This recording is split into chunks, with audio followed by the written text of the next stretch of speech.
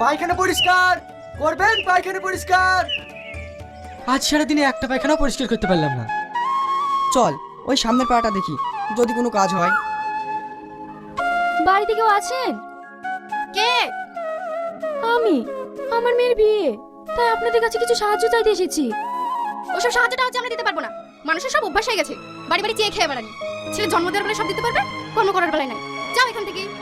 তুই না, তুমি আমাকে ক্ষমা করে দাও।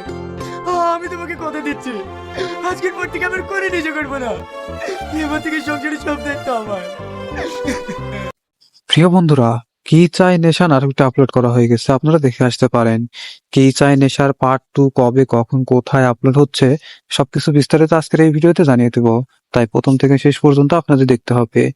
কি চাই নেশা নাটকটিতে অভিনয় করেছে রিয়াজ, তুহিনা এবং আরো অনেকেই।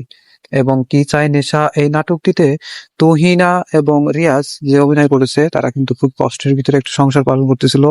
রিয়াজের একটি বউ ছিল, তার দুটি ছেলে মেয়ে ছিল, তার একটা সুখের সুন্দর একটা পরিবার ছিল।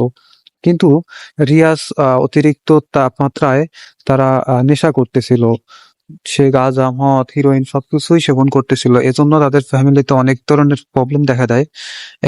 একটা কাজ করলেও সেটা কোনোভাবে করতে পারে না, কারণ সে নেশা করে। নেশা করে যে টাকা পয়সাগুলো পেতো সেগুলো দিয়ে নেশা করতো। শেষ পর্যন্ত ফ্যামিলিতে যা ছিল সবকিছু সে বিক্রি করে নেশা করতো। এদিকে তার বউ তার মেয়ের বিয়ের জন্য অনেক টাকা পয়সা জোগাড় করতেছিল, সে গ্রামে গ্রামে ঘুরতেছিল, কিন্তু সবাই তাকে অপমান করতেছিল, এটা ওটা বলতেছিল। কিন্তু তুহিনার উপরে অনেক চাপ সৃষ্টি হয়। সে গ্রামে কোথাও গেলে তাতে অনেক অসম্মানী হতে হয়, কারণ সে তার জামাই নেশা করে, এটা ওটা বলে। তো কি চাই নেশার দ্বিতীয় কোনো পার্ট আসবে না, তারা এখানে সমাপ্ত বলে দিয়েছে যে এটা এই পর্যন্তই শেষ। তো বন্ধুরা, পুরো নাটকটি দেখতে অবশ্যই পল্লিগ্রাম টিভিতে যাও এবং পল্লিগ্রাম টিভিতে পুরো নাটকটি দেখে আসো।